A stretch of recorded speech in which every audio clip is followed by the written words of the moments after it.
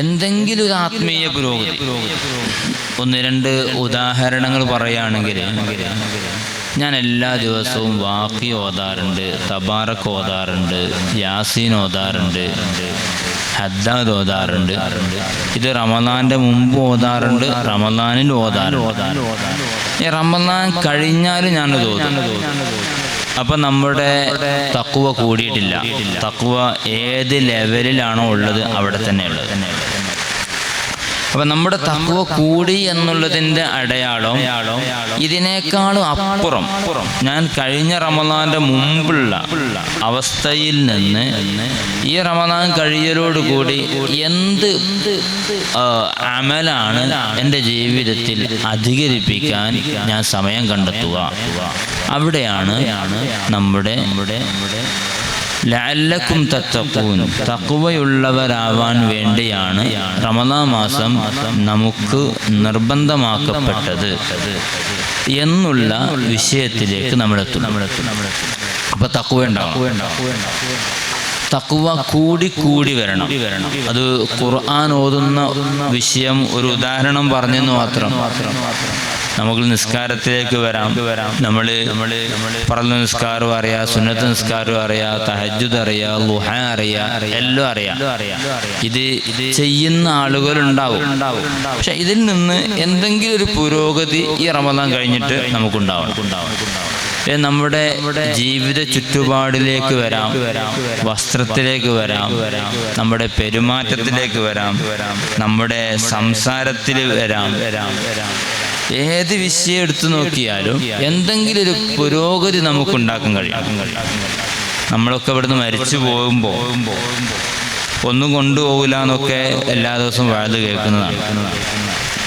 പക്ഷേ ഈ മരിച്ചു പോകുമ്പോൾ നമ്മുടെ ഇവിടെ ബാക്കി വെച്ചേക്കുന്ന കുറേ സംഗതി ഉണ്ട്. ആ സംഗതികൾ പലതും ഇവിടെ ഓഹരി വെച്ചെടുക്കപ്പെടും.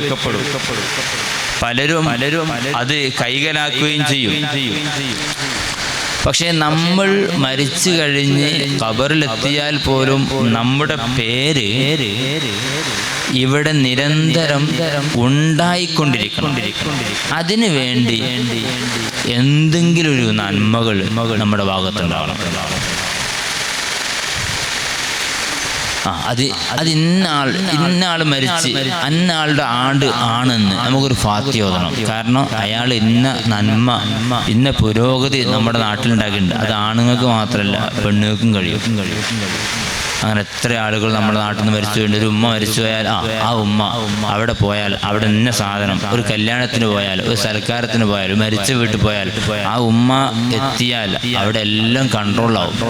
എല്ലാ വിഷയം, കരയുന്ന പെണ്ണുങ്ങളായാലും കരയുന്ന കുട്ടികളായാലും അവരൊക്കെ നിയന്ത്രിച്ച് അവരുടെ ടെൻഷനൊക്കെ മാറ്റാൻ കഴിയുന്ന ഒരു ഉമ്മ. ആ ഉമ്മ മരിച്ചു പോയാൽ ആ നാടിന് നഷ്ടമാണ്, തീരാ നഷ്ടമാണ്.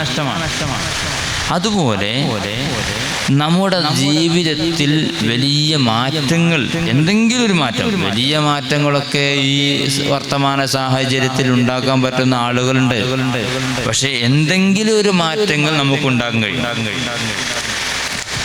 ബഹുമാനപ്പെട്ട ഫസ്ലുൽ ഉസ്താദ് ഇപ്പോൾ എത്ര ദിവസമായി നമ്മുടെ നാട്ടിൽ വഅദ് പറയുന്നത്. ഈ വഅദ് പറയുന്നതിൻ്റെ ഉദ്ദേശം എന്താ? ഇവിടെ എത്ര ആൾ വഅദ് കേൾക്കാൻ വരാറുണ്ട് എന്നാലോചിച്ചു നിങ്ങൾ. പക്ഷേ ആരൊക്കെ വഅദ് കേൾക്കാൻ വരുന്നു എന്നുള്ളതല്ല. അദ്ദേഹം ഇതേ വഅദ് ഇത്ര സമയം പുറത്ത് എവിടെ പോയാലും അദ്ദേഹത്തിന് ജനബാഹുല്യങ്ങളുണ്ട്. എന്നിട്ട് നമ്മുടെ നാട്ടിൽ പുരോഗതി ഉണ്ടാകണം എന്ന് കണക്കാക്കിക്കൊണ്ട് മറ്റുള്ള എല്ലാ പരിപാടികളും മാറ്റിവെച്ചുകൊണ്ട് നമുക്ക് വേണ്ടി സമയം ചെലവഴിച്ച് ഒരു 1.5 മണിക്കൂർ ഇവിടെ നമുക്ക് ക്ലാസ് എടുത്ത് വരുമ്പോൾ അതിൻ്റെതായ ഒരു ആത്മീയ പുരോഗതി നമുക്ക് എല്ലാവർക്കും ഉണ്ടാവണം. അത് പുരുഷന്മാർക്കും ഉണ്ടാവണം, സ്ത്രീകൾക്കും ഉണ്ടാകണം, കുട്ടികൾക്കും ഉണ്ടാവണം. പ്രധാനമായിട്ടും ഇവിടെ ഉമ്മമാർക്ക് പ്രത്യേകിച്ച് ഉദ്ദേശിച്ചാണ് ക്ലാസ് എടുക്കുന്നത്. ഇവിടെ കാരണന്മാർ പലരും വരാറുണ്ട്, ഇന്നിപ്പോൾ ആരും എത്തിയത് കാണുന്നില്ല. എന്നാൽ ഉമ്മമാർക്കുണ്ടാകുന്ന ഒരു ആത്മീയ പുരോഗതി ഉണ്ടല്ലോ, ആണുങ്ങൾക്ക് വേണ്ട എന്ന് പറയുന്ന അർത്ഥമല്ല കേട്ടോ. ഉമ്മമാർക്കുണ്ടാകുന്ന ഒരു ആത്മീയ പുരോഗതി അത് എന്തുകൊണ്ടും വീടിന് ഏറ്റവും വെളിച്ചമുണ്ടാകുന്ന കാര്യമാണ്.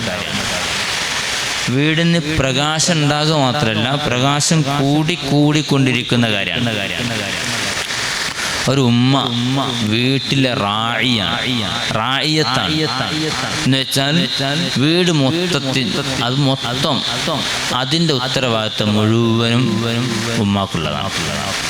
ആ ഉമ്മാൻ്റെ സ്വഭാവം, ആ ഉമ്മാൻ്റെ ഇടപെടലുകൾ, ആ ഉമ്മയുടെ വർത്തമാനങ്ങൾ, ആ ഉമ്മയുടെ പുഞ്ചിരി അടക്കം പെരുമാറ്റങ്ങൾ, പ്രവർത്തനങ്ങൾ, ഇതൊക്കെ ഒരു കുട്ടിയിൽ പുരുഷനേക്കാളും കൂടുതൽ ആവാഹിച്ചെടുക്കും. നിങ്ങളൊക്കെ ആരും കുറ്റപ്പെടുത്തല്ല. ഒരു കുട്ടിയും ഒരു ഉമ്മയും ഏറ്റവും കൂടുതൽ ഇടപെടുന്ന ഒരു സമയമാണ് ആ കുഞ്ഞിന് മുലപ്പാൽ കൊടുക്കുക എന്നുള്ളത്. നമ്മളൊക്കെ അധികമൊന്നും ഈ വിഷയം നീട്ടിക്കൊണ്ടുപോകില്ല, ഇവിടെ അവസാനിപ്പിക്കാൻ. അവിടെ ഞാൻ നിങ്ങളോട് സൂചിപ്പിക്കാൻ, എൻ്റെ വൈഫടക്കം മുലപ്പാൽ കൊടുക്കുമ്പോൾ ഒരു ഫ്രീ ഉള്ള ടൈമാണ്, അരമണിക്കൂർ അല്ലെങ്കിൽ 10-15 മിനിറ്റ്. ഈ ഫ്രീ ഉള്ള ടൈം നമ്മൾ മുലപ്പാൽ കൊടുക്കുമ്പോൾ കുട്ടി മുലപ്പാൽ കുടിച്ചുകൊണ്ടിരിക്കുമ്പോൾ ആ കുട്ടിയുടെ ഒരു കൈ നമ്മളെ കണ്ണിലേക്കും മൂക്കിലേക്കും നാവിലേക്കും ചുണ്ടിലേക്കും ഇങ്ങനെ ചലിച്ചുകൊണ്ടേയിരിക്കും, തോണ്ടിക്കൊണ്ടേയിരിക്കും. ശ്രദ്ധിച്ചിട്ടുണ്ടോ നിങ്ങൾ? ശ്രദ്ധിക്കല്ല, അനുഭവിച്ചിട്ടുള്ളവരാണ് നിങ്ങളൊക്കെ. പക്ഷെ നമ്മൾ ആ സമയം കുട്ടിൻ്റെ മുഖത്ത് നോക്കി പുഞ്ചിരിക്കുകയോ വർത്തമാനം പറയുകയോ കുട്ടിയോട് നല്ല കഥകൾ പറയുകയോ പാട്ട് പാടുകയോ ചെയ്താൽ കുട്ടിയുടെ ആ മുലപ്പാലിൽ വയറ് നിറയുക മാത്രമല്ല ബർക്കത്തും കൂടെ ഉണ്ടാവും. ഇന്ന് എൻ്റെ വൈഫടക്കമെന്ന് ഞാൻ പറഞ്ഞില്ല, ചില ഉമ്മമാര് ഫ്രീ ഉള്ള ടൈം നോക്കിയിട്ട് നല്ല സുഖമാണ് ഒരു കൈ കൊണ്ട് മൊബൈൽ കളിക്കുക എന്നുള്ളത്. എല്ലാവർക്കും ഞാനടക്കം നമ്മളൊക്കെ കൂടുതൽ ഇപ്പോൾ യൂസ് ചെയ്യുന്ന സംഗതിയാണ് മൊബൈൽ. നമ്മുടെ കുട്ടികളെ ഏറ്റവും കൂടുതൽ നമ്മൾ അടുക്കുന്നൊരു സമയമാണ് ആ സമയം. ആ സമയത്ത് നിങ്ങൾ മൊബൈൽ ഉപയോഗിക്കരുത് എന്ന് സ്നേഹത്തോടെ നിങ്ങളെയും നിങ്ങളെ മരുമക്കളെയും ഓർമ്മിപ്പിക്കണം. വർത്തമാന സാഹചര്യമൊക്കെ നമ്മളെല്ലാവരും അറിയും. എത്ര ഉപദേശിച്ചിട്ടോ എത്ര വാഴ്ന്നു പറഞ്ഞിട്ടോ അതല്ലെങ്കിൽ ഭീഷണിപ്പെടുത്തിയിട്ടൊന്നും കഴിയാത്ത രൂപത്തിൽ നിയമങ്ങൾ നമുക്ക് പ്രതികൂലമാണ്. അപ്പൊ ഈ സാഹചര്യത്തിൽ പണ്ടും ഈ സാഹചര്യത്തിലും നമുക്ക് നമ്മുടെ മക്കളെ നമ്മളിലേക്ക് ദീനിലേക്ക് അള്ളാഹുവും റസൂലും ഇഷ്ടപ്പെട്ട രൂപത്തിലേക്ക് എത്തണമെങ്കിൽ ഉപദേശവും നിർദ്ദേശവും കൽപ്പനയും അടിയും ചീത്ത പറയലൊക്കെ ഒരു ഭാഗത്ത് ഉണ്ടെങ്കിൽ പോലും അതിനേക്കാളൊക്കെ അപ്പുറം ഉണ്ടാവേണ്ടത് നമ്മുടെ കുട്ടികൾ അള്ളാഹുവിൻ്റെ ഇഷ്ടപ്പെട്ട ഒരടിമയാകണമെന്ന ചിന്തയും അതോടുകൂടി നമ്മുടെ സൽസ്വഭാവമാണ്. ഒരൊറ്റ ഉദാഹരണം പറഞ്ഞ് ഈ വിഷയം നീട്ടിക്കൊണ്ടോ അതവിടെ അവസാനിപ്പിക്കാൻ. ഏതായാലും ലഅല്ലക്കും തത്തഖൂനല്ലേ, തഖ്വയുള്ളവരാവാൻ വേണ്ടി. നമ്മൾ ചിലരൊക്കെ തഖ്വാന്ന് വിചാരിച്ചത് നിസ്കാരം കുറേ നിസ്കരിക്കുകയും കുറേ നോമ്പെടുക്കുകയും അതൊക്കെ തഖ്വൻ്റെ ഒരു ഭാഗമാണ്. തഖ്വയുടെ ഏറ്റവും പ്രധാനപ്പെട്ട പല ഭാഗങ്ങളുണ്ട്, പല ഏരിയകളുണ്ട്. അതിൽപ്പെട്ടൊരു ഭാഗമാണ് വീടിൻ്റെ ഉള്ള് എന്നുള്ളത്. ആ വീടിൻ്റെ ഉള്ളും പുറവും ഉപ്പയും ഉമ്മയും വല്യമ്മയും വല്യപ്പയും ഭാര്യയും ഭർത്താവും ഇങ്ങനെ ഏതൊക്കെ രൂപത്തിൽ പറയാൻ പറ്റുമോ അതൊക്കെ ആ രണ്ട് ഉപ്പ ഉമ്മ ഭാര്യ ഭർത്താവ് ഈ ഉമ്മക്ക് പൂർണ്ണ സപ്പോർട്ടാണ് ഒരു ഭർത്താവ് ഉപ്പ നൽകേണ്ടത്. ഇപ്പം എൻ്റെ വീട്ടിലെ ഒരനുഭവം പറയാം. കുട്ടികൾക്ക് ഉമ്മമാര് ഭക്ഷണം കൊടുക്കുമ്പോൾ സ്വാഭാവികമായിട്ട് കുട്ടികൾ മടിക്കും. പക്ഷെ അവിടെ ഉപ്പാനെ കണ്ടാലോ കുട്ടികൾ പെട്ടെന്ന് ഭക്ഷണം കഴിക്കും. എന്തുകൊണ്ടായിരിക്കും ഉപ്പാനെ കണ്ടാൽ പെട്ടെന്ന് ഭക്ഷണം കഴിക്കാൻ? ഉപ്പ അടിക്കൊന്നുമില്ല. ഇപ്പോഴത്തെ ഉപ്പമാരെല്ലാവരും ആണെന്ന് എനിക്ക് കണ്ടാൽ എനിക്ക് അഭിപ്രായം കേട്ടോ. എനിക്ക് തോന്നുന്ന ഒരു ഉപ്പമാരെ കുറിച്ച് നിങ്ങളോട് പരിചയപ്പെടുത്തുക. അപ്പൊ നമ്മുടെ വീടിന്റെ അകത്തളം പരിശുദ്ധമാകണം, സ്വകാര്യ ജീവിതം പരിശുദ്ധമാകണം.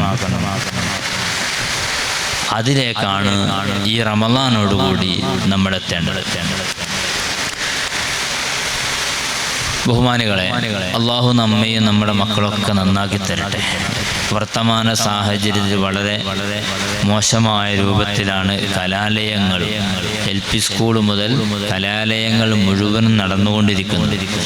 ആർക്കും നിയന്ത്രിക്കാൻ പറ്റാത്ത രൂപത്തിലുള്ള കാര്യങ്ങളാണ് നമ്മുടെ നാട്ടിലും ഒക്കെ നടക്കുന്നത്. പരിഹാരം എന്ത് എന്ന ചോദ്യമാണ് എല്ലാവരും എടുക്കുന്നത്. എന്ത് പരിഹാരം? രാവിലെ 7 മണിക്ക് അല്ലെങ്കിൽ 9 മണിക്ക് നമ്മുടെ വീട്ടിൽ നിന്ന് ഇറങ്ങുന്ന കുട്ടി വൈകുന്നേരം 4 മണിക്കോ 5 മണിക്കോ തിരിച്ചെത്തുന്നു.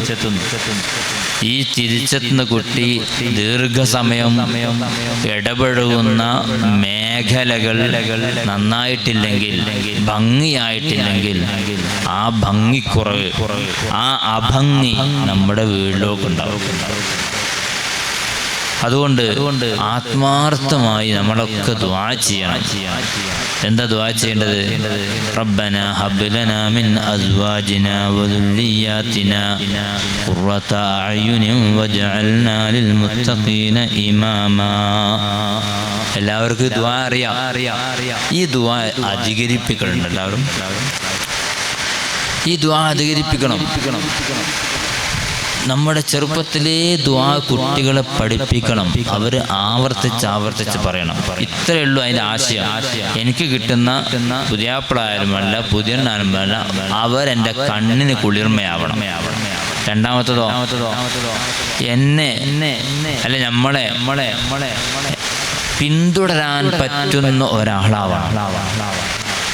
ഉദാഹരണം, രാത്രി 8 മണിക്ക് നമ്മുടെ ഒരു മകനെ വിളിച്ചുകൊണ്ട് ഒരു വേറൊരുത്തൻ വന്നു. എന്നിട്ട് പറയാണ്, ഓനൊന്ന് ഞങ്ങളെ കൂടെ വിടണം എന്ന് പറയുമ്പോൾ നമ്മൾ ഉമ്മയായ, ഉപ്പയായ, ഉമ്മാമയായ, ഒല്ലിപ്പയായ നമ്മുടെ മനസ്സിലേക്ക് വരേണ്ട ഒരു ആശയം എന്താ? ഓന്റെ കൂടെ പോന്ന് നഞ്ഞു പോയിക്കോ, ഓന്റെ കൂടെയാണോ, പോകണ്ട എന്ന് നമ്മുടെ മനസ്സിനുള്ളിൽ പറയും. ഏതാണ് ശരി? ഓന്റെ കൂടെയാണ് എന്നഞ്ഞു പോയിക്കോ എന്നാണ് നമ്മുടെ മനസ്സ് പറയുന്നെങ്കിൽ അത് വജഅൽനാ ലിൽ മുത്തഖീന ഇമാമാ, ജനങ്ങൾക്ക് പിന്തുടരാൻ പറ്റുന്ന ഒരു പ്രവൃത്തി.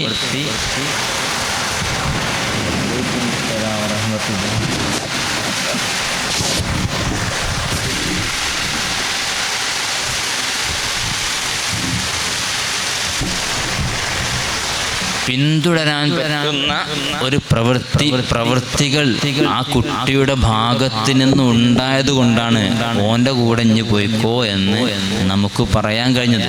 ആ രൂപത്തിലേക്ക് നമ്മുടെ മക്കളെത്തണം. ഞാൻ സാന്ദർഭികമായി സൂചിപ്പിക്കുകയാണ്. ഇവിടെ ആരൊക്കെ ഉണ്ടെന്ന് എനിക്കറിയില്ല. നമ്മുടെ നാട്ടിൽ SSF നല്ല ഭംഗിയിൽ വളർന്നു വരണം.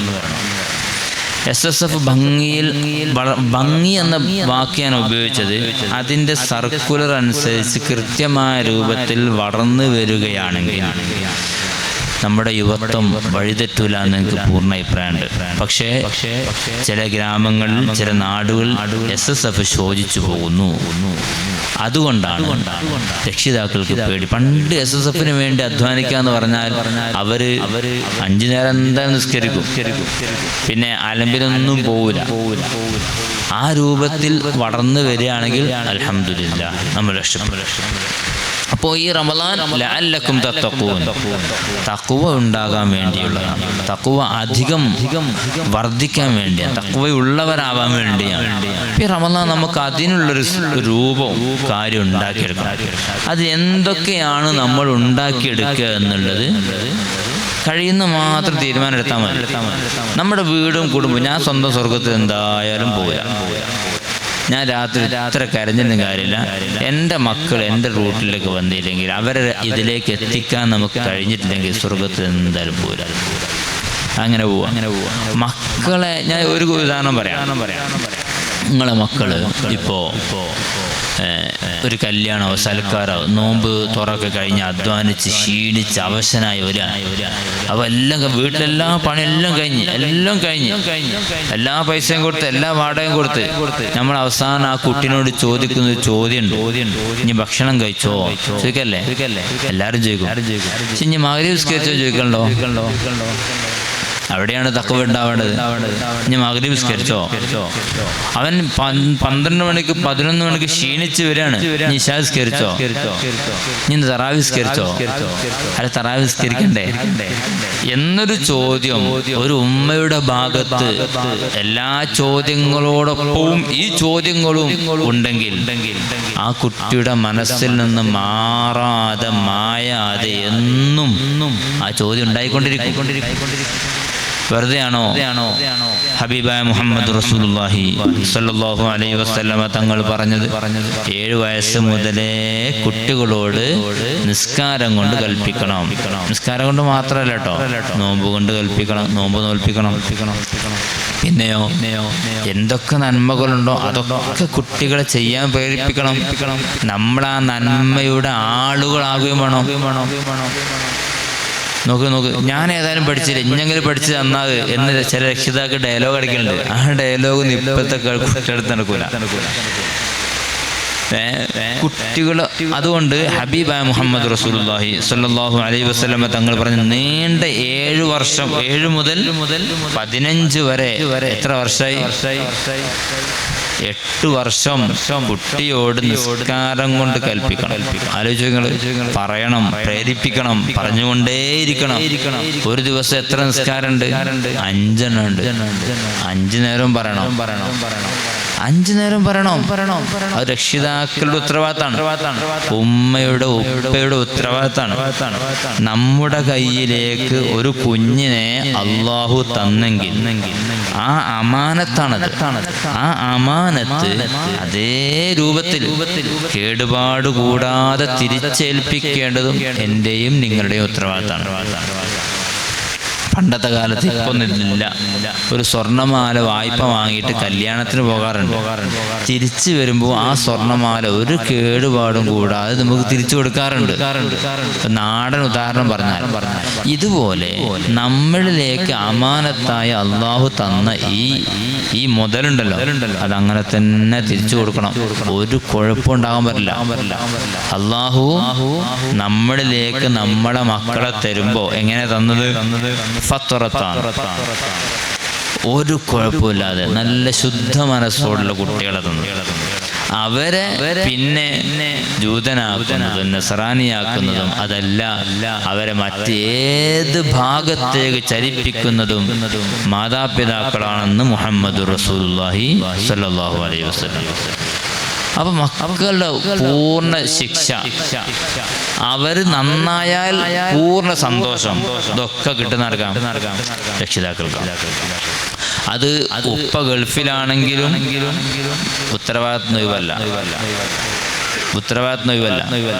ഇപ്പം നിരന്തരം വീഡിയോ കോളൊക്കെ വിളിക്കാൻ സൗകര്യങ്ങളുണ്ട്. ഈ സൗകര്യങ്ങൾക്കിടയിൽ എന്തൊക്കെ ലോകം പറയുന്നുണ്ട്, എന്തൊക്കെ കഥ പറയുന്നുണ്ട്, എന്തൊക്കെ പാട്ട് പാടിക്കലുണ്ട് അല്ലേ?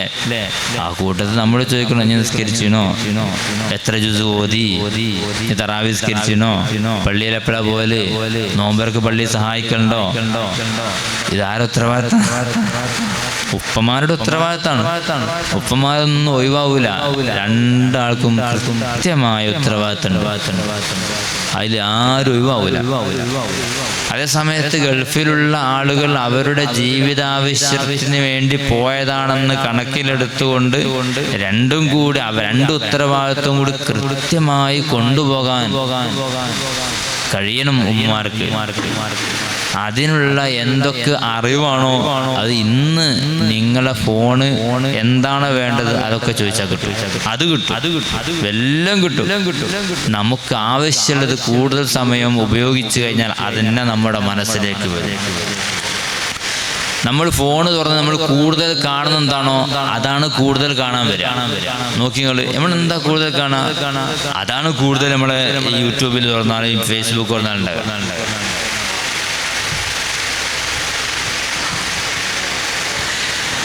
അതുകൊണ്ട് നമ്മുടെ മക്കൾ കേടുവന്നാൽ ആരെയും കുറ്റം പറയണ്ട.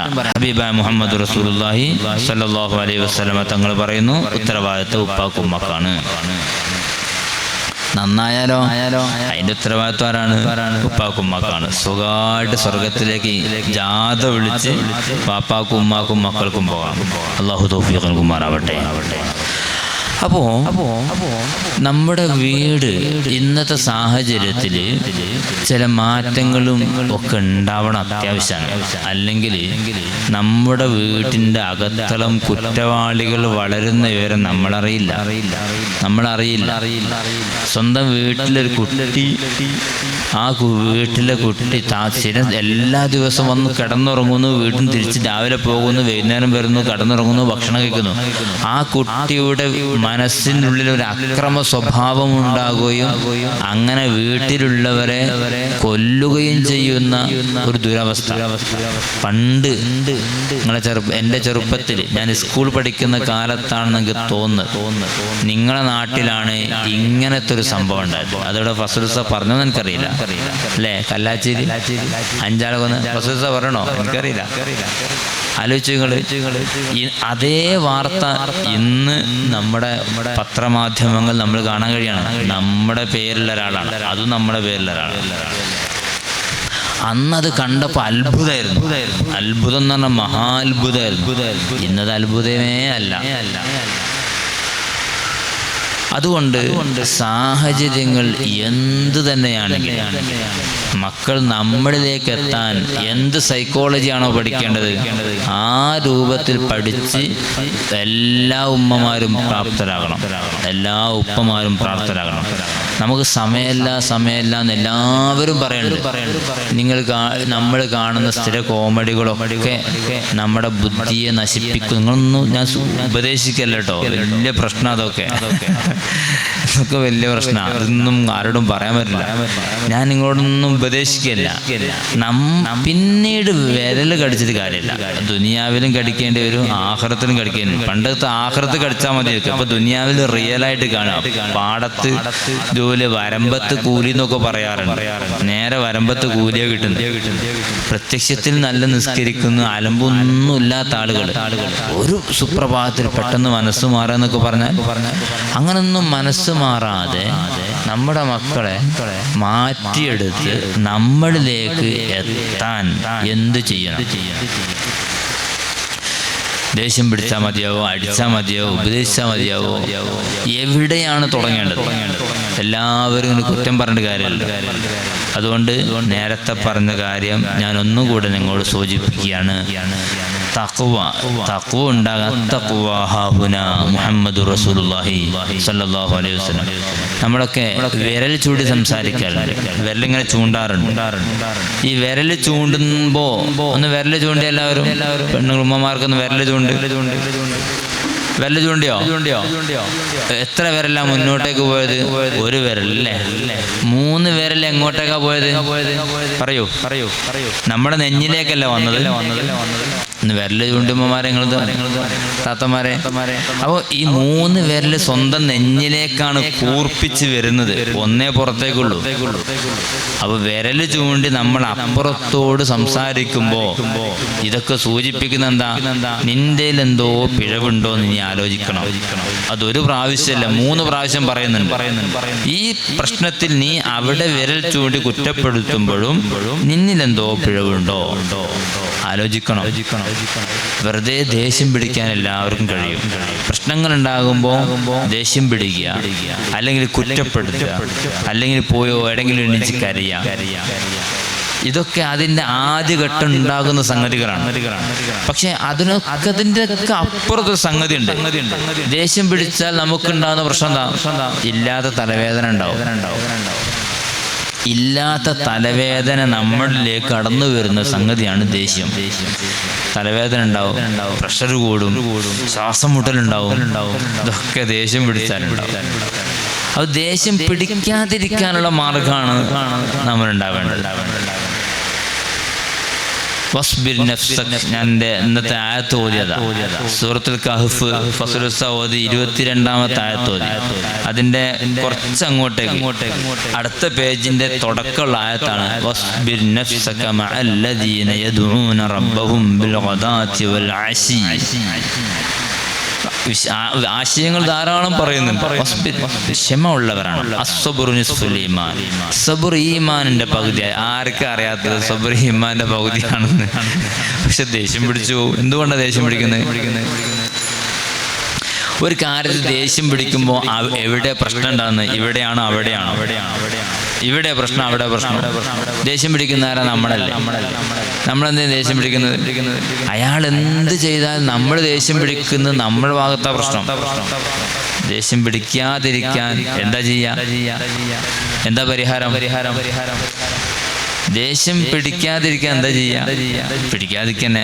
അതൊന്നും നടക്കൂല. ദേഷ്യം പിടിക്കാതിരിക്കാൻ പറ്റുമോ? അവൻ കഴിയില്ല. നമുക്ക് ദേഷ്യം പിടിക്കുന്നതിൻ്റെ ഒരു കാര്യം ഞാൻ പറയാം. ഒറ്റ കാര്യം. നമ്മുടെ മക്കൾക്ക് ഒരു ഉദാഹരണം, മാർക്കിന്റെ വിഷയത്തിലേക്ക്, നമ്മുടെ മക്കൾക്ക് ഇത്ര മാർക്ക് കിട്ടണം എന്ന് നമ്മൾ തീരുമാനിച്ചുറപ്പിച്ചു. കിട്ടും നമ്മൾ ഉറപ്പിച്ചു. കിട്ടണമെന്നും തീരുമാനിച്ചു, കിട്ടുമെന്ന് ഉറപ്പിച്ചു. പക്ഷെ നമ്മൾക്ക് കുട്ടികളുടെ പേപ്പർ കിട്ടിയപ്പോ അത്രയൊന്നും കിട്ടിയില്ല. അപ്പൊ ദേഷ്യം പിടിക്കാനുള്ള കാരണമായി. ആദ്യമേ നമ്മൾ തീരുമാനിച്ചുറപ്പിച്ചിട്ടുണ്ട് എന്ത്? ഞാൻ ദേഷ്യം പിടിക്കും. കാരണം ദേഷ്യം പിടിക്കും തീരുമാനം എങ്ങനെയാ വന്നത്? ഇത്ര മാർക്ക് കിട്ടണം, ഇത്ര മാർക്ക് കിട്ടും എന്ന തീരുമാനത്തോണ്ട് ആ തീരുമാനം ആദ്യം ഒഴിവാക്കി. എന്താ, എൻ്റെ കുട്ടികൾക്ക് ഇത്ര മാർക്ക് കിട്ടണം എന്ന് നിങ്ങൾക്ക് തീരുമാനിച്ചൂടെ? തീരുമാനിക്കാം. പക്ഷെ അത് നിങ്ങൾക്ക് തീരുമാനിക്കാം, അത് നിങ്ങൾ സ്വതന്ത്രമുണ്ട്. പക്ഷെ അത് കുട്ടിയുടെ മേലെ അടിച്ചേൽപ്പിക്കുകയും നിങ്ങളുടെ മനസ്സിനെ കൺട്രോൾ ചെയ്യാൻ പറ്റാത്ത രൂപത്തിൽ ദേഷ്യം വരുന്ന രൂപത്തിലും അവരത്. അതേ ഞാൻ പറഞ്ഞു. അപ്പോൾ അപ്പുറം മാർക്ക് കിട്ടണം നമുക്ക് ആഗ്രഹിക്കാം. അതോടുകൂടി അള്ളാഹുവിനോട് പറയാം, എൻ്റെ കുട്ടികളിൽ ബുദ്ധി കൊടുക്കണേ, ഫഹ്മ് കൊടുക്കണേ, മനസ്സിലാക്കാനുള്ള കഴിവ് കൊടുക്കണേ. ഹൈറാണെങ്കിൽ നല്ല മാർക്ക് കൊടുക്കണേ. അങ്ങനെ പറഞ്ഞോളൂ, ഹൈറാണെങ്കിൽ നല്ല മാർക്ക് കൊടുക്കണേ എന്നൊക്കെ നമുക്ക് അള്ളാഹുവിനോട് പറയാം. എൻ്റെ മക്കൾക്കോ ഞാൻ അങ്ങനെ ദുആ ചെയ്തു, ഹൈറാണെങ്കിൽ നല്ല മാർക്ക് കൊടുക്കണം. അല്ലേ വേണ്ട. ഹൈറില്ലെങ്കിൽ എല്ലാ വസ്തുവിലും ഷർറുണ്ട്, റഹ്മത്തുണ്ട്, രണ്ടുമുണ്ട്. അതുകൊണ്ടാണല്ലോ നമ്മൾ രാവിലെയും വൈകുന്നേരവും നമ്മൾ ചൊല്ലുന്ന ദിക്റില്ലേ, എന്താണ്? അഊദു ബികലിമാത്തില്ലാഹി തമ്മാത്തി മിൻ ശർരി മാ ഖലഖ്. അല്ലാഹു സൃഷ്ടിച്ച എല്ലാ വസ്തുക്കളിലും ഉള്ള ഷർറിനെ തൊട്ട് കാക്കണം. ഇപ്പൊ എന്നിൽ കുറെ ഷർറുണ്ട്, അത് നിങ്ങൾക്ക് ആർക്കും ഉണ്ടാകാൻ പറ്റില്ല. നിങ്ങൾക്ക് കുറെ ഷെറുണ്ട്, അത് എനിക്ക് ഉണ്ടാകാൻ പറ്റില്ല. എൻ്റെ ഉമ്മക്ക്, എൻ്റെ ഉപ്പക്ക്, എൻ്റെ ഉസ്താദിന്, അവർക്കൊക്കെ കുറെ ഷെറുകൾ ഉണ്ടാവും. അതൊന്നും എനിക്ക് ഉണ്ടാകാൻ പറ്റില്ല. ഞാൻ പോകുന്ന വഴികൾ, അവിടേക്ക് കുറെ ഷെറുകളുണ്ട്, അതൊന്നും എനിക്ക് ഉണ്ടാകാൻ പറ്റില്ല. പിന്നെ അതിലുള്ള നന്മകൾ എനിക്ക് ഉണ്ടാവണം. എല്ലാ വസ്തുവിലും ഷെറുണ്ട്, എല്ലാ കുട്ടികളിലും ഷെറുണ്ട്. അതാണ് നമ്മൾ രാവിലെയും വൈകുന്നേരം ദിവസം ചെല്ലൽ സുന്നത്താണ്. വളരെ സുന്നത്തുള്ള സംഗതിയാണ്. അഊദു ബികലിമാത്തില്ലാഹി തമ്മാത്തി മിൻ ശർരി മാ ഖലഖ്. അതന്നെ എങ്ങനെയാണോ ദുആ ചെയ്യുന്ന? അള്ളാഹുവിന്റെ എല്ലാ കലിമത്തുകളെ കൊണ്ടും തവസ്സുൽ ചെയ്തതിന് ശേഷമാണ് നമ്മൾ പറയുന്നത് മിൻ ശർരി മാ ഖലഖ്. മിൻ ശർരി മാ ഖലഖ്, നീ സൃഷ്ടിച്ച എല്ലാ സൃഷ്ടികളുടെയും ശർറിൽ നിന്ന് എന്നെ കാക്കണം എന്ന് പറയുന്നു. അതുകൊണ്ട് ജയവും തോൽവിയും കൂടുതൽ മാർക്കും കുറവും ഒക്കെ സംഭവിക്കാം. ഖൈറാണെങ്കിൽ ഉണ്ടാവണം, ഖൈറല്ലെങ്കിൽ വേണ്ട എന്നേ ദുആ ചെയ്യാവൂ. എന്ന് ദുആ ചെയ്ത് പഠിക്കണം, എന്ന് ദുആ ചെയ്ത് ശീലിക്കണം. അള്ളാഹു നമ്മുടെ എല്ലാ വിഷയങ്ങളിലും വലിയ ഖൈറും നന്മയും ചൊരിഞ്ഞു തരുമാറാവട്ടെ. മുഅ്മിനുകളെ 12:30 വരെ പോകണം. 12:30. അപ്പോൾ നമ്മൾ പറഞ്ഞു വന്ന ഒരു രൂപമുണ്ട്. എവിടുന്ന? തഖ്വയിൽ നിന്നാണ് ഇങ്ങനെ വന്നത്. അവിടെയാണ് നമ്മൾ വീടിൻ്റെ അകത്തളത്തിലേക്ക് എത്തിയത്. ഒരു കാര്യം കൂടി കൂട്ടി വായിക്കാം, അല്ലെങ്കിൽ നമ്മൾ ചേർത്ത് വായിച്ചേ മതിയാകും. എന്താണത്? നമ്മുടെ സ്വകാര്യ ജീവിതത്തിൽ നമ്മൾ കുറച്ച് തഖ്വയുള്ള അള്ളാഹുവിനെ സൂക്ഷിക്കുന്നവരാവണം. കുറച്ച് മതി. ഈ കുറച്ചെങ്കിലും സൂക്ഷ്മത സ്വകാര്യ ജീവിതത്തിൽ നമുക്കുണ്ടായാൽ നമ്മുടെ മക്കളൊന്നും കേടുവരില്ല. ഉറപ്പാ കേടുവരില്ല. ഗ്യാരണ്ടിയാണ്. സ്വകാര്യ ജീവിതം കുറച്ചെങ്കിലും നന്നാവണം. ഞാൻ ചോദിക്കട്ടെ നിങ്ങളോട്, നമ്മൾ ഓരോരുത്തരും മനസ്സിരുത്തി ചിന്തിക്കാൻ വേണ്ടി പറയാണ്. ഫസൽ ഉസ്താദിൻ്റെ വാഴ്, യൂട്യൂബിലെ വാഴ്, വേറെ ഏതെങ്കിലും വാഴ്, വേറെ ഏത് കഥ, ഇതൊക്കെ പറഞ്ഞു കേൾക്കുമ്പോൾ നമ്മുടെ കണ്ണുനീര് വരും. ഈ റമദാൻ കഴിഞ്ഞ് ഇതുവരെ എത്തിയിട്ട് നിങ്ങളെല്ലാവരും എന്നെ ആരെ കുറ്റപ്പെടുത്താമെന്നല്ല പറഞ്ഞല്ലോ, ചിന്തിക്കാൻ വേണ്ടി പറയണം, പുരോഗതി ഉണ്ടാവാൻ വേണ്ടി പറയണം, ആത്മീയമായ പുരോഗതി ഉണ്ടാവാൻ വേണ്ടി സൂചിപ്പിക്കുകയാണ്. അത് നിങ്ങളോട് മാത്രമല്ല, സ്വന്തം നഫ്സിനോട്, എന്നോട് കൂടി സൂചിപ്പിച്ചിട്ടാണ് നിങ്ങളോട് പറയുന്നത്. എത്ര ദിവസം അള്ളാഹുവിനെ പേടിച്ച് മാത്രം, അല്ലെങ്കിൽ അള്ളാഹുവിൻ്റെ അനുഗ്രഹങ്ങൾ ആലോചിച്ച് മാത്രം, വേറൊന്നും അതിൽ കടന്നു വരാൻ പറ്റില്ല. അള്ളാഹു മാത്രം ചിന്തയിലൂടെ കണ്ണുനീര് എത്ര ആൾക്ക് വന്നു എല്ലാ ദിവസവും. ആയിക്കോട്ടെ, ഈ റമദാനിലൊക്കെ വന്നിട്ടുണ്ട്, അള്ളാഹു ഖബൂൽ ചെയ്യട്ടെ എന്ന് വെക്കാം. റമദാൻ കഴിഞ്ഞാൽ എത്ര ആൾക്ക് വരും? അതാണ് സ്വകാര്യ ജീവിതം എന്ന് പറയുന്നത്. നമ്മുടെ വീട്ടിൽ ആരുമില്ല, കരയാൻ രാത്രി തന്നെ തിരഞ്ഞെടുക്കണമെന്നില്ല, പകലെടുക്കാം. നമ്മുടെ വീട്ടിലെ ആളുകളൊക്കെ, ആളുകൾ എന്ന് പറഞ്ഞാൽ ഭർത്താവിൻ്റെ പണിക്ക് പോയി, മക്കള് എല്ലാ സുഖമില്ല, മക്കളൊക്കെ സ്കൂളിൽ പോയി. അപ്പോൾ നമുക്കൊരു 10 മണിയായിട്ട് ഫ്രീ ഉള്ള ടൈമുണ്ട്. ആ ഒരു സമയമുണ്ട് നമുക്ക്. അന്ന് പ്രത്യേകിച്ച് സൽക്കാരോ കല്യാണമോ പോകേണ്ട ആവശ്യങ്ങളൊന്നുമില്ലെങ്കിൽ നമ്മൾ ചെയ്യുന്ന, നമുക്ക് അവിടെ കുറേ സമയമുണ്ട്. നമുക്ക് അവിടുന്ന് ഒളു എടുത്തിട്ട് 2 റക്അത്ത് ദുഹാ നിസ്കരിച്ചിട്ട് അപ്പം ഒരു കുറഞ്ഞ സമയം അവിടെ ഇരിക്കുക, കണ്ണടച്ചിട്ടോ കണ്ണ് തുറന്നിട്ടോ ഇരുന്നിട്ട് അല്ലാഹുന്ന് മാത്രം പറയാം. അല്ലാഹ് അല്ലാഹ് എന്നിങ്ങനെ പറഞ്ഞു നോക്കിയാൽ കണ്ണെന്ന് പറഞ്ഞാൽ ഇങ്ങനെ വരും. നമുക്ക് വേണ്ട കാര്യങ്ങളൊന്നും ചോദിക്കണ്ട. ദുനിയാവ് ആഖിറത്ത് എത്ര ഉണ്ട്, അതൊന്നും ചോദിക്കണ്ട. ഒക്കെ മനസ്സിൽ കരുതാം, അല്ലാഹ് മാത്രം വിളിക്കുക. ബഹുമാനപ്പെട്ട എ.പി. ഉസ്താദിന്റെ ജീവിതത്തിൽ കൂടെ ഹജ്ജിന് പോയവർ പറഞ്ഞത് ഓർമ്മയുണ്ട്. നിർബന്ധമുള്ള ദിക്റുകളൊക്കെ ചൊല്ലിക്കഴിഞ്ഞാൽ ബാക്കിക്കൊല്ലം മുഴുവനും അല്ലാഹ് അല്ലാഹ് അല്ലാഹ് ഇങ്ങനെ വിളിച്ചുകൊണ്ടിരിക്കുന്നു. അതാണ് കൂടുതൽ സമയം ഉണ്ടാവുക. നമ്മുടെ കണ്ണിൽ നിന്ന് ഒരു തുള്ളി കണ്ണുനീർ എല്ലാ ദിവസവും അള്ളാഹുവിന് വേണ്ടി, ഇവരാക്ക് വേണ്ടിയല്ല കേട്ടോ, റമളാനിന് ശേഷവും നമുക്കുണ്ടാക്കാൻ കഴിയുമോ? നമ്മുടെ മക്കളൊക്കെ നന്നാവും. മുഹമ്മദ് റസൂലുള്ളാഹി സ്വല്ലല്ലാഹു അലൈഹി വസല്ലമ തങ്ങൾ നമ്മോട് പറയുന്നു, ഒരു തുള്ളി കണ്ണുനീർ നമ്മുടെ കണ്ണിൽ നിന്ന് വന്നു, അത് ഇങ്ങനെ ഒഴുകി വരുന്നു വേണ്ട, അത് കണ്ണിൽ നിന്ന് പുറത്തേക്ക് വന്നിട്ട് ആ അടിഭാഗം ഉണ്ടല്ലോ കണ്ണിന്റെ, നമ്മളിങ്ങനെ കൺമശിടുന്ന ഭാഗം, അവിടെ ഒന്ന് ഇങ്ങനെ ഒരു പരന്നാ മതി. അങ്ങനെ പരന്നു കഴിഞ്ഞാൽ ആ ശരീരം നരകത്തെ തൊട്ട് ഹറാമാണ്. മുഹമ്മദ് റസൂലുള്ളാഹി സ്വല്ലല്ലാഹു അലൈഹി വസല്ലം, അല്ലാഹു ആ കൂട്ടത്തിൽ നമ്മെ ഒക്കെ ഉൾപ്പെടുത്തുമാറാവട്ടെ.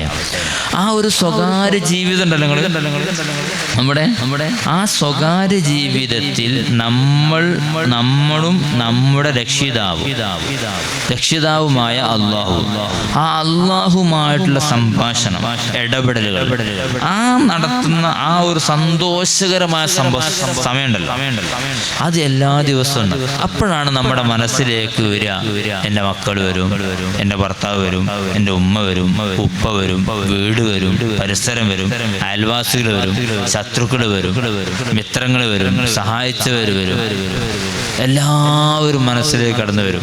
എല്ലാവർക്കും പുറത്തു കൊടുക്കുക, എല്ലാവർക്കും നന്മ ഉണ്ടാവണം എന്ന് മനസ്സിൽ കരുതുക. ഇങ്ങനെ മിക്ക ദിവസവും ഒരു 5-10 മിനിറ്റ് ചെയ്താൽ നമ്മുടെ മനസ്സ് ശുദ്ധിയാകും. എല്ലാവരോടും പുഞ്ചിരിക്കാൻ കഴിയും, ആരോടും വെറുപ്പുണ്ടാവില്ല.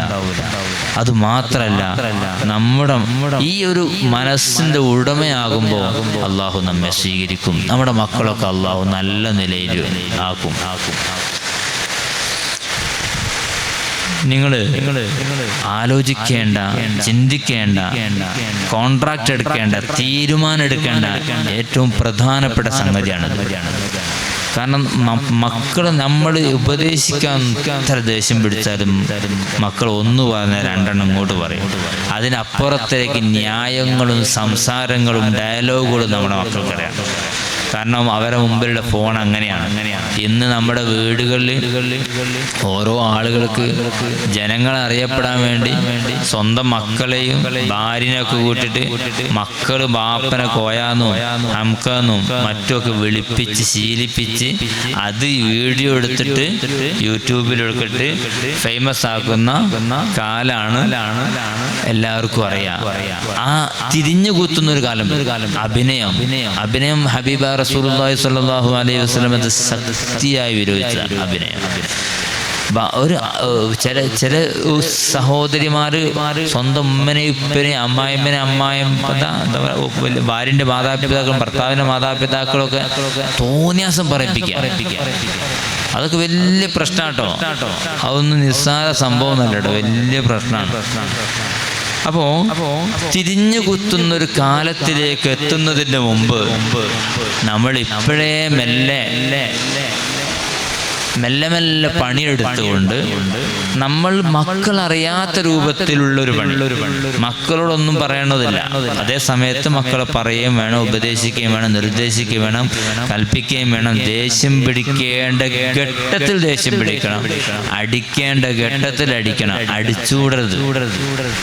ഒറ്റ ഡിമാൻഡേ ഉള്ളൂ, അടിച്ചാലും ദേഷ്യം പിടിച്ചാലൊക്കെ എന്താണ് കുട്ടിക്ക് മനസ്സിലാകണം എനിക്ക് എന്തിനാ അടി കൊണ്ടത്. കുട്ടിക്ക് മനസ്സിലാകണം എന്നോട് എന്തിനാ ദേഷ്യം പിടിച്ചത്. ഈ 2 കാര്യം കുട്ടിക്ക് മനസ്സിലായോ? ഉറപ്പാണോ? എന്നാ അടിച്ചോളൂ, ആ ദേഷ്യം പിടിച്ചോളൂ, അല്ലെങ്കിൽ ചെയ്യരുത്. അടി കൊണ്ടൊരു കുട്ടി ആലോചിക്കുക, എന്തിനാ ഇപ്പം എൻ്റെ ഉമ്മ അടിച്ചത്, എന്തിനാ ഇപ്പം എന്നെ ഇപ്പം ദേഷ്യം പിടിച്ചത് എന്ന് കുട്ടി ആലോചിക്കുകയാണെങ്കിൽ നിങ്ങൾ അടിക്കുകയും വേണ്ട, ദേഷ്യം പിടിക്കുകയും വേണ്ട. നിങ്ങൾ പറയുന്ന ന്യായങ്ങൾ പൂർണ്ണമായും ശരിയാകണം. അതുകൊണ്ട് ഉമ്മമാരെ, റമദാൻ മാസം തഖ്വ കൂടാനുള്ളതാണ്. ഈ തഖ്വ റമദാന്റെ ശേഷവും നിലനിർത്തുക എന്നുള്ളതാണ് എൻ്റെയും നിങ്ങളുടെയും ഉത്തരവാദിത്വം. അതിനുവേണ്ടിയാണ് റമദാൻ മാസം നമുക്ക് തന്നത്. നമ്മുടെ നോമ്പ് ഫസാദാക്കാനൊക്കെ സാഹചര്യം ഇഷ്ടപോലെ ചുറ്റുഭാഗത്തൊക്കെ ഉണ്ട്. അതിൽ നിന്നൊക്കെ രക്ഷപ്പെടാനുള്ള മാർഗം തെരഞ്ഞെടുത്തുകൊണ്ട് തഖ്വയിൽ അധിഷ്ഠിതമായ ജീവിതം അള്ളാഹു നമുക്ക് നൽകുമാറാവട്ടെ. ഫസ്ലുൽ ഉസ്താദ് ഓതിയ ആയത്തിന്റെ ബാക്കി ഭാഗം ഒരൊറ്റ ആയത്ത് ഓതിയിട്ട് നമുക്ക് നിർത്താം.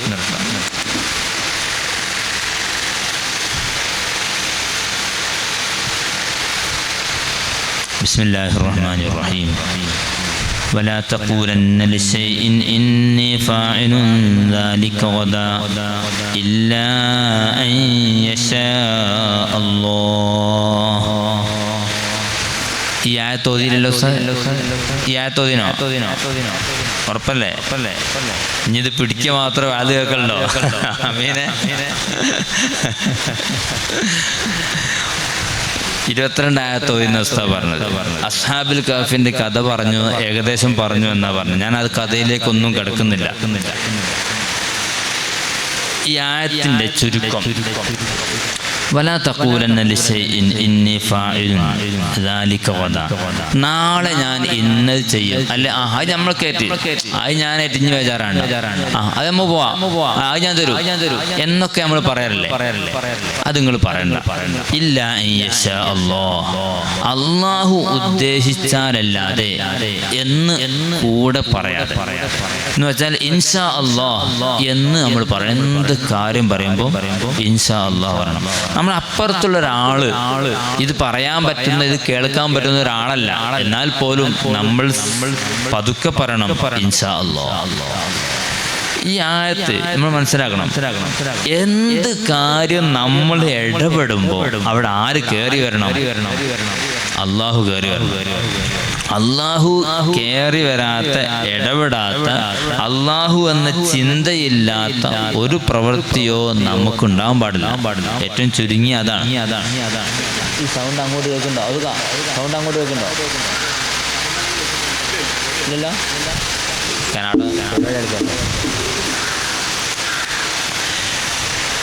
ഇൻഷാ അല്ലാഹ് എന്നൊരു വാക്ക് പ്രധാനപ്പെട്ടതാണ്. എല്ലാ വിഷയത്തിലും മുസ്ലിമായ ഒരു മനുഷ്യന്റെ ജീവിതം തന്നെ ഇതാണ്. ഉറങ്ങി നീക്കുമ്പോൾ മുതലും ഉറങ്ങുമ്പോൾ വരെയുള്ള എല്ലാ സന്ദർഭങ്ങളിലും ചെറിയ ചെറിയ പിഴവുകളും ഒക്കെ എനിക്കും ഇങ്ങൊക്കെ ഉണ്ടാവും. പക്ഷെ അതൊക്കെ തൗബ ചെയ്ത് അള്ളാഹു സ്വീകരിക്കും. പക്ഷെ പിഴവുകൾ മനുഷ്യന് ഉറപ്പുണ്ടാവും. കൽപ്പിച്ചൂട്ടി അള്ളാഹു നമ്മളെന്തായില്ല ചെയ്തില്ല, ഇനി കൽപ്പിച്ചൂട്ടി ചെയ്താലും അള്ളാഹു എനിക്ക് പുറത്തു തരും. തെറ്റ് ചെയ്യുമ്പോൾ ചില ആൾക്കാർ ചിന്തിക്കുന്ന അള്ളാഹ് പുറത്തു തരുന്ന, ചെയ്യുന്ന തെറ്റ് കൽപ്പിച്ചൂട്ടാ ചെയ്യുന്നത്. എന്നാലും ചിന്തിക്കുന്ന എന്താ അള്ളാഹ് പുറത്തു തരും. അല്ലേ? അങ്ങനെയാണ് സ്വാഭാവികമായിട്ട് നമ്മൾ ചിന്തിക്കുന്നത്.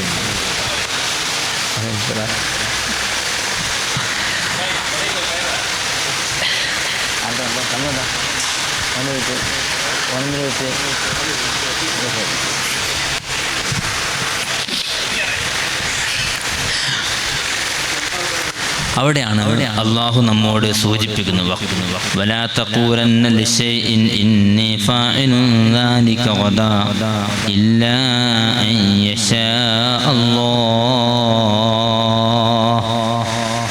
അല്ലാഹു എന്ന പേര് വിളിക്കാതെ, അള്ളാഹു എന്ന പേര് പറയാതെ ഒരു സംഗതിയും നീ തീരുമാനമെടുക്കരുത് എന്ന് പറയുന്നതിൻ്റെ ചുരുക്കം.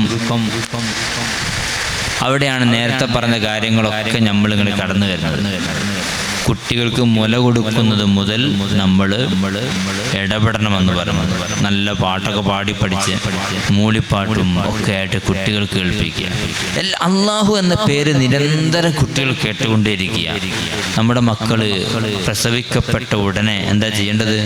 വലത് ചെവിയിൽ ബാങ്ക്, ഇടത് ചെവിയിൽ ഇഖാമത്ത്. അത് സുന്നത്താണ്. പക്ഷെ സുന്നത്ത് രൂപത്തിലല്ല ചെയ്യേണ്ടത്. പിന്നെയോ നിർബന്ധപൂർവം ചെയ്യണം. നമ്മളെ കയ്യിൽ എപ്പോഴാണോ കുട്ടിയെ കിട്ടുന്നത് ആ സമയം ആരെ കയ്യിലാണ് കിട്ടുന്നത് അപ്പം തന്നെ ചെയ്യണം. ബാങ്ക് ഇഖാമത്തും. മധുരം കൊടുക്കാൻ വേണ്ടി ഏതെങ്കിലും മഹാന്മാരെ സ്വാലിഹീങ്ങളായ മനുഷ്യരെ കാത്തു നിൽക്കാം. അതേ സമയത്ത് ബാങ്ക് ഇഖാമത്തും കൊടുക്കുമ്പോൾ ഉടനെ കൊടുക്കുക. അള്ളാഹു എന്ന പേര് കേൾക്കട്ടെ. ചിലപ്പോൾ 10, 15, 20 മിനിറ്റ് കഴിഞ്ഞിട്ടേക്കും ചിലപ്പോൾ ഹോസ്പിറ്റലിൽ കുട്ടികളെ കിട്ടുക. നമ്മുടെ നാട്ടിലൊക്കെ നമ്മുടേതായ ആളുകൾ ഉണ്ടാകുമ്പോൾ നമ്മൾ പറയും കുട്ടിനെ വേണം തന്നെ. പോലെ ചോരയോട് കൂടി തന്നെ എന്താവും കുട്ടിനെ നമ്മൾ കൊണ്ടുവരും. അത് നമ്മൾ ഇടപെടുന്ന പോലെ ഉണ്ടോ? അത് ആര് പറഞ്ഞാൽ തരും? ചിലപ്പോൾ കുളിപ്പിച്ചു എല്ലാം കഴിഞ്ഞിട്ടാ തരും ചിലപ്പോൾ. അപ്പൊ എപ്പോഴാണ് നമ്മളെ കയ്യിൽ കുട്ടിയെ കിട്ടുന്നത് ആ സമയം തന്നെ നമ്മൾ കുട്ടിന്റെ വലത്തെ ചെല്ലു ബാങ്കും ഇടത്തെ ചെല്ലി ഇഖാമത്തും കൊടുക്കുക. കുട്ടികൾ അല്ലാഹു എന്ന പേരിൽ കേട്ട് ശീലിക്കട്ടെ. കോമഡി പാട്ടുകളൊക്കെ കുട്ടികൾക്കറിയാം. വായ തുറന്ന മറ്റു വാക്കുകളും ഭാഷകളും അറിയാം. അള്ളാഹുവും റസൂലിന്റെയും പാട്ടും കൂടിയും കുട്ടികളെ പോയി പാടിയും മറ്റുമൊക്കെ പഠിപ്പിച്ചു കഴിഞ്ഞാൽ കുട്ടികളുടെ മനസ്സിലൊക്കെ അപ്പം അതുണ്ടാവും. അതുകൊണ്ട് കുട്ടികളോടല്ല പറയുന്നത്, നമ്മോടാ പറയുന്നത്. അള്ളാഹു എന്ന പേര് പറയാതെ ഒരു പാര്യം ചെയ്യുന്നോ പറയുന്നോ പോകുന്നോ ഒന്നും പറയല്ല. നമ്മുടെ വർത്തമാന സാഹചര്യത്തിൽ നമ്മളിലേക്ക്, നമ്മുടെ ഹൃദയത്തിലേക്ക് ആഴത്തിലേക്ക് ഇറങ്ങിയ ഒരു പ്രഭാഷകൻ ബഹുമാനപ്പെട്ട മസൂദ് സഖാഫി. നാളെ വഅദിന്റെ മറ്റന്നാളെ വഅദിന്റെ പോസ്റ്റർ അടിച്ച് എല്ലാം ഉണ്ട്. ഇന്ന് രാത്രി വഅദ് പറഞ്ഞ് അദ്ദേഹത്തിന്റെ സ്വന്തം നാട്ടിൽ വഅദ് പറഞ്ഞ് വീട്ടിലെത്തി.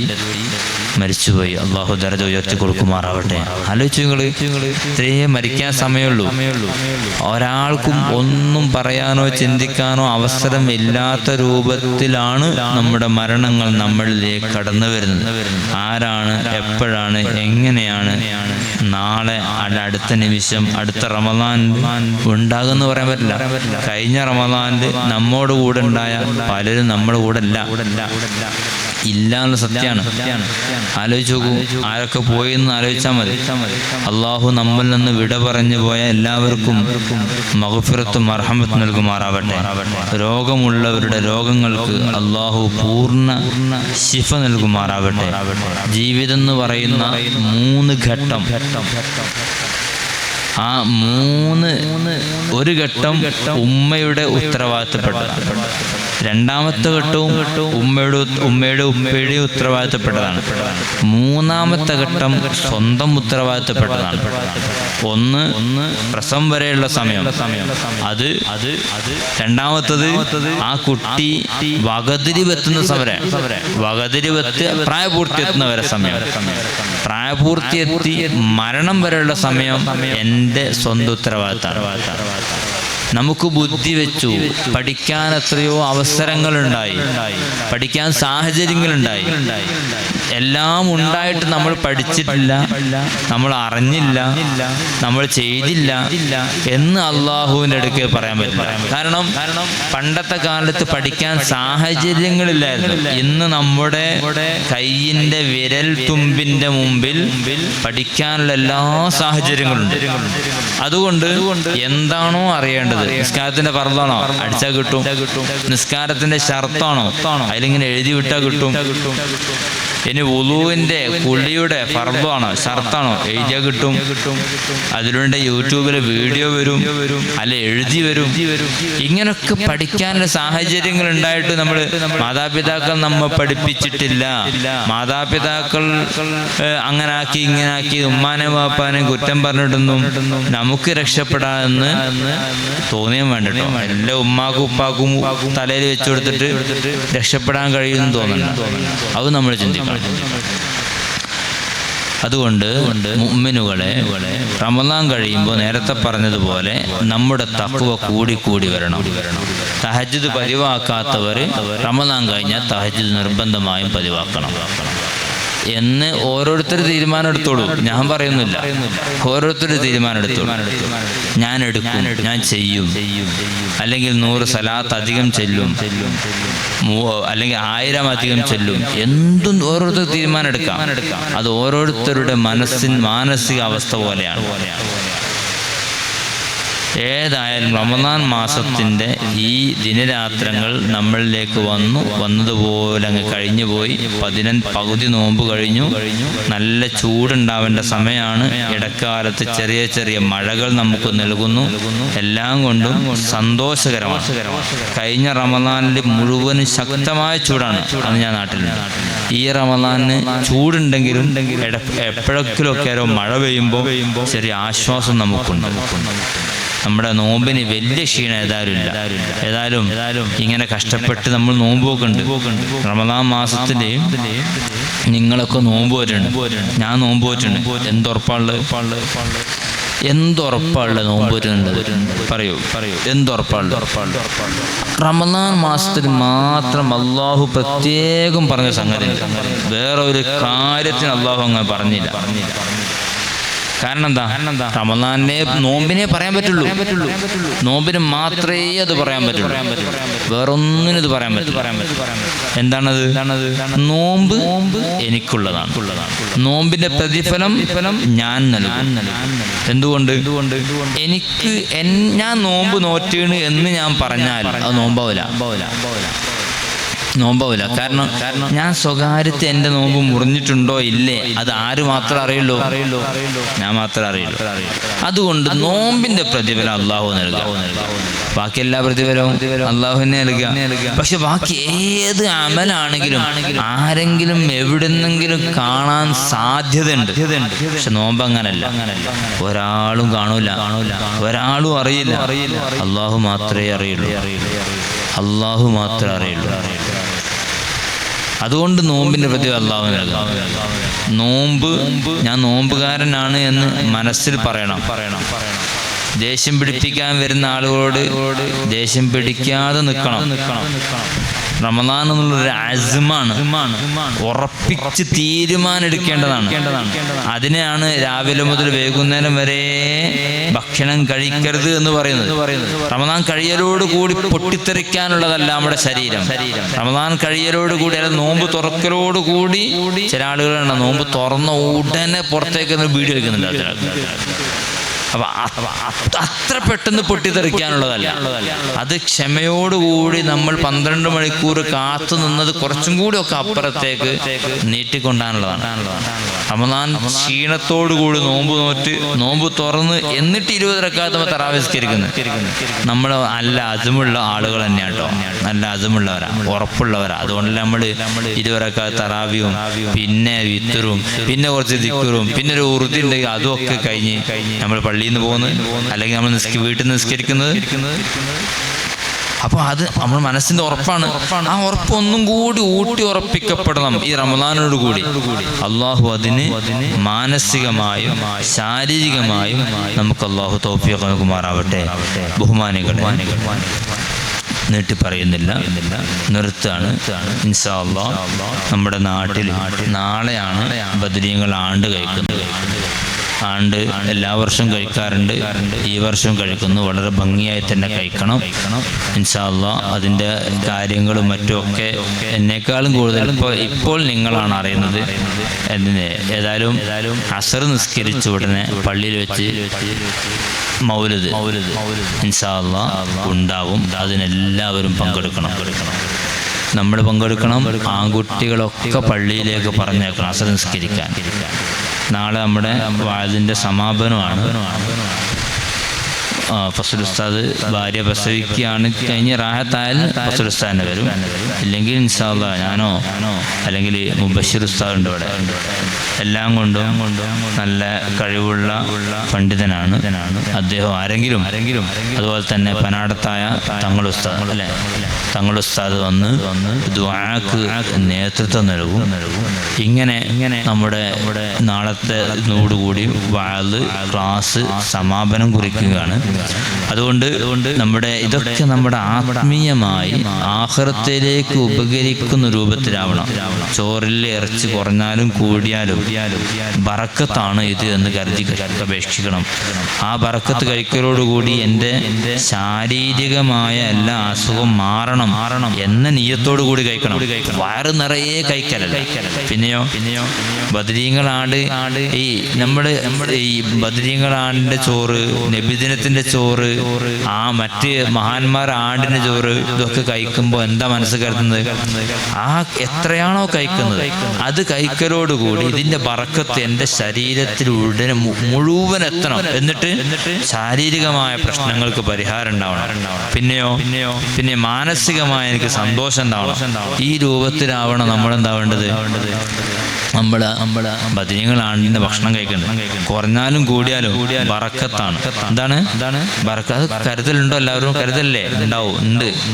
കാരണം അത്ര ആത്മമായി നമ്മളെ ആത്മീയമായി നമ്മൾ ഉയർത്തുന്ന ഒരു വ്യക്തിയുടെ കീഴിലാണ് ഇപ്പോൾ ഈ മഹല്ലും സംവിധാനമൊക്കെ ഉള്ളത്. ഉണ്ടാവും എന്ന് ഉറപ്പിക്കുകയാണ്. അങ്ങനെ തന്നെ ആവണം ഇൻഷാ അല്ലാഹ്. അല്ലാഹു തൗഫീഖ് നൽകട്ടെ. അപ്പോൾ ഈ നമ്മൾ ബദരീങ്ങളാണ്ടിൻ്റെ ഒരു മണി പോലും കളയരുത്. ശ്രദ്ധിക്കണം. ഇതൊക്കെ പഴയ മഹാന്മാർ നമ്മളെ കാണിച്ചു തന്നതാണ്. ആണ്ട് ബദരീങ്ങൾ അസ്മാഉൽ ബദറൊക്കെ ചൊല്ലി ഭംഗിയിൽ മൗലൂദ് ഓതി ദുആ ചെയ്ത് പോയി ആ ചോറ് ആർത്തിയോടല്ല തിന്നണ്ട്, വളരെ കുറച്ച് തിന്നിട്ട് ബറക്കത്ത് എല്ലാ സ്ഥലത്തും എത്തുക. ശാരീരികമായ അസുഖം അതുകൊണ്ട് മാറണം. തീരുമാനം എടുക്കണം. നമ്മൾ കഴിയും. പണ്ടത്തെ ആളുകളുടെ അസുഖങ്ങളൊക്കെ മാറിയത് ഇങ്ങനെ തന്നെയാണ്. പണ്ടൊക്കെ ഒരു ഹോസ്പിറ്റലുണ്ടോ ഹോസ്പിറ്റലുണ്ടോ പണ്ട്? ഇന്നിപ്പോൾ എത്ര ഹോസ്പിറ്റൽ വന്നവിടെ? ഇന്നിപ്പോൾ എത്ര ക്ലിനിക്, ചെറിയ ക്ലിനിക്കുകൾ വന്നു.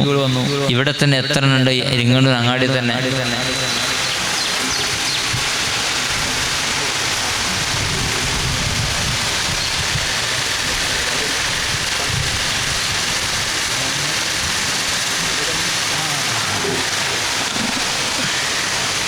അപ്പോ ഇല്ലല്ലോ.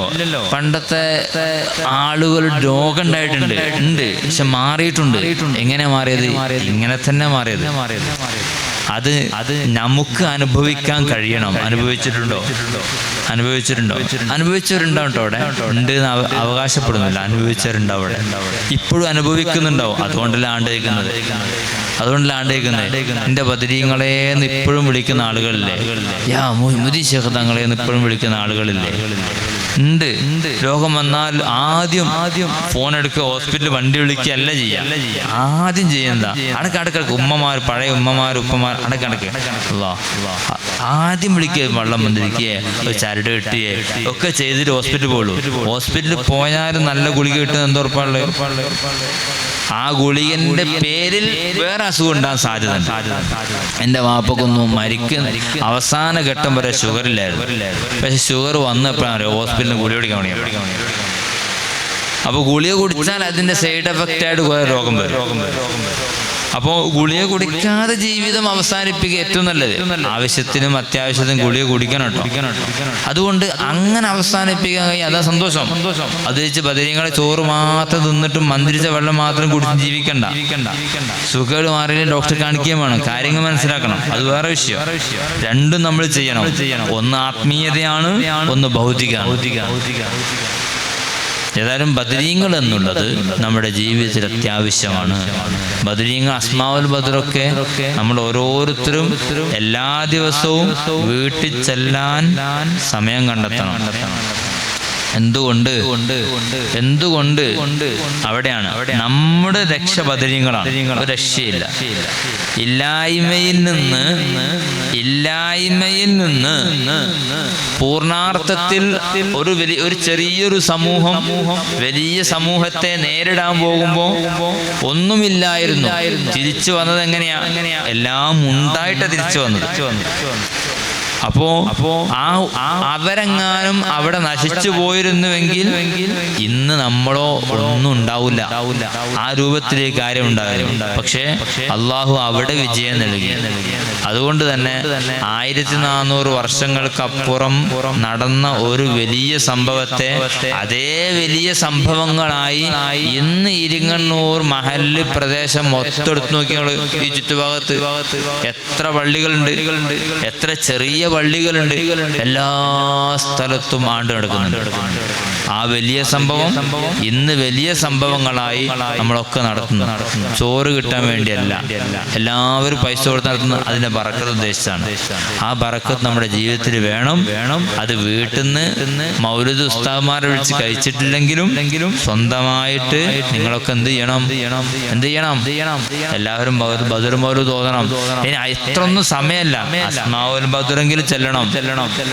അസ്മാഉൽ ബദറിന്റെ ഓരോ പേരിനും വലിയ ബർക്കത്ത്, ഓരോ പേരിനും ബർക്കത്തുണ്ട്. കാരണം അതൊക്കെ അന്ന് റമദാൻ 17, 16 പോകുമ്പോൾ അവർക്ക് ഭക്ഷണം ഇല്ലായിരുന്നു.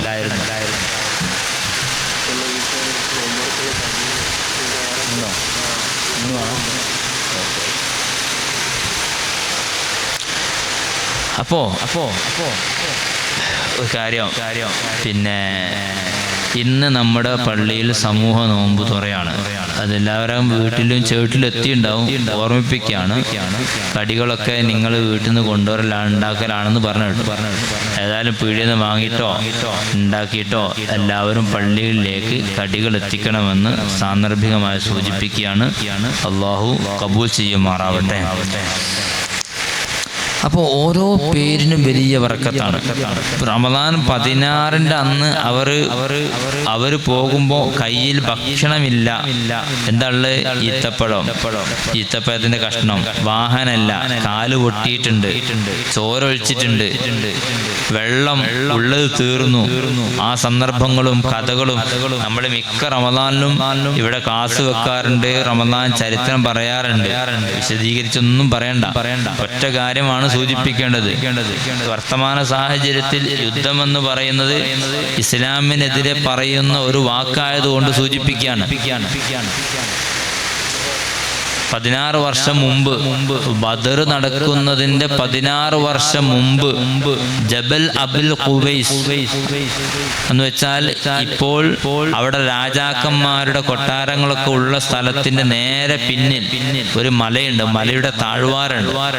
ആ മലയുടെ താഴ്വാരത്ത് വെച്ച് ഹബീബായ റസൂലുള്ളാഹി സ്വല്ലല്ലാഹു അലൈഹി വസല്ലം മക്കയിൽ എല്ലാവരും ഒരുമിച്ച് കൂട്ടിയിട്ട് അവരോട് കുറേ കാര്യം പറയുന്നുണ്ട്. അവരെ കാര്യം പറഞ്ഞ് ധരിപ്പിച്ച് സമ്മതിപ്പിച്ചതിന് ശേഷം അവിടുന്ന് പറയുന്നുണ്ട്, എങ്കിൽ നിങ്ങൾ എന്ത് ചെയ്യണം, നിങ്ങൾ ഈ ബിംബങ്ങളൊന്നും ആരാധിക്കരുത് കേട്ടോ, അള്ളാഹുവിനെ ആരാധിക്കണം. അപ്പോൾ അബൂലഹബ് പറഞ്ഞ വാക്കുണ്ട്, തബ്ബലക്. അന്ന് തുടങ്ങിയ പീഡനങ്ങളുടെ ഒരു പരിസമാപ്തിയാണ് ബദർ യുദ്ധം എന്ന് പറയുന്നത്. അത് പെട്ടെന്ന് യുദ്ധത്തിനിറങ്ങി ഓടിച്ചാടിയതല്ല. അപ്പൊ ആ 16 കൊല്ലത്തെ ചരിത്രങ്ങൾ പറയാൻ നിങ്ങൾക്ക് കഴിയോ? എന്നാ ബദർ ഒരു വൺ വേ യുദ്ധമല്ല, ഒരു സമൂഹത്തെ ഇടിച്ചു നിരത്താനുള്ള യുദ്ധമല്ല, ഒരു സമൂഹത്തെ അധപതനത്തിലേക്ക് ഇടിച്ച് സാമൂഹികമായിട്ടും സാമ്പത്തികമായിട്ടും ശാരീരികമായും മാനസികമായും അങ്ങേ അറ്റത്ത് തരം താഴ്ത്തിയപ്പോഴാണ് അള്ളാഹു യുദ്ധത്തിന് സമ്മതം കൊടുത്തത്. അങ്ങനെയാ ബദർ ഉണ്ടാകുന്നത്. അത് അവിടുന്ന് ഇങ്ങോട്ട് വന്നതാ. ബദറിൽ നിന്ന് അവിടേക്ക് മക്കയിലേക്ക് എത്ര കിലോമീറ്ററാ? 313 കിലോമീറ്ററാ. ബാക്കി 100 ചില്ലറ കിലോമീറ്റർ ഉള്ളൂ ബദറിന് എങ്ങോട്ടേക്കുള്ളത്, മദീനയ്ക്കുള്ളത്. മനസ്സിലാക്കണം. അവിടുന്ന് ഇങ്ങോട്ടാ കൂടുതൽ യാത്ര ചെയ്തത്, മക്കക്കാർ ഇങ്ങോട്ടാ വന്നു. എല്ലാം കൊണ്ടും ബദരീങ്ങൾ ജീവൻ നിലനിർത്താൻ വേണ്ടി മാത്രമാണ് യുദ്ധം ചെയ്തത് എന്ന് ഇതിന്റെ ആകത്തുക നമ്മളെല്ലാവരും മനസ്സിലാക്കണം. എന്താ മനസ്സിലാക്കേണ്ടത്? ജീവൻ നിലനിർത്താൻ വേണ്ടിയാണ്, ഇസ്ലാം നിലനിർത്താൻ വേണ്ടി മാത്രമാണ് യുദ്ധം ചെയ്തത്, അതല്ലാതെ മറ്റൊരു വിഷയത്തിനും അല്ല എന്ന് നമ്മളെല്ലാം. സാധാരണ യുദ്ധം ഉണ്ടാകുന്നത് അപ്പുറത്തെ ഭൂമി കീഴടക്കാനാണ്, സമ്പത്ത് ഉണ്ടാക്കാൻ വേണ്ടി, അതൊന്നുമല്ല.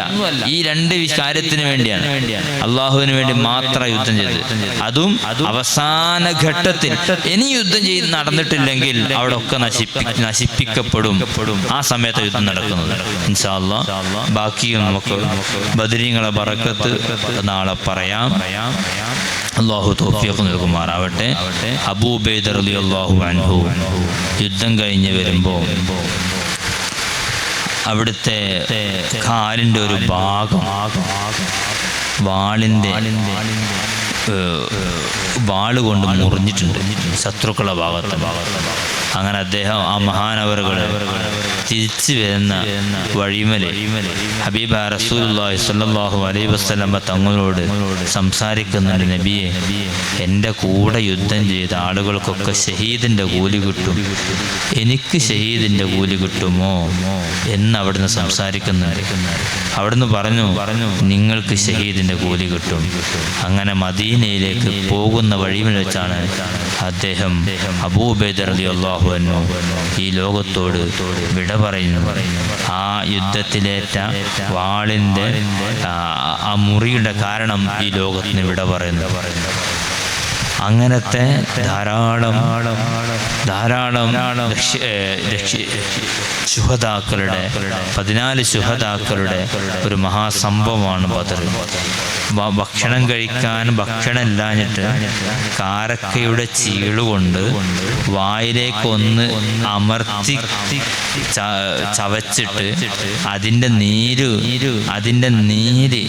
നീരോടുകൂടി വെള്ളം കുടിച്ച് ദാഹവും വിശപ്പും അകറ്റിയ മഹാന്മാരായ അസ്ഹാബിൽ ബദരീങ്ങളുടെ ആണ്ടിൻ്റെ സമയമാണ്, സന്ദർഭമാണ്.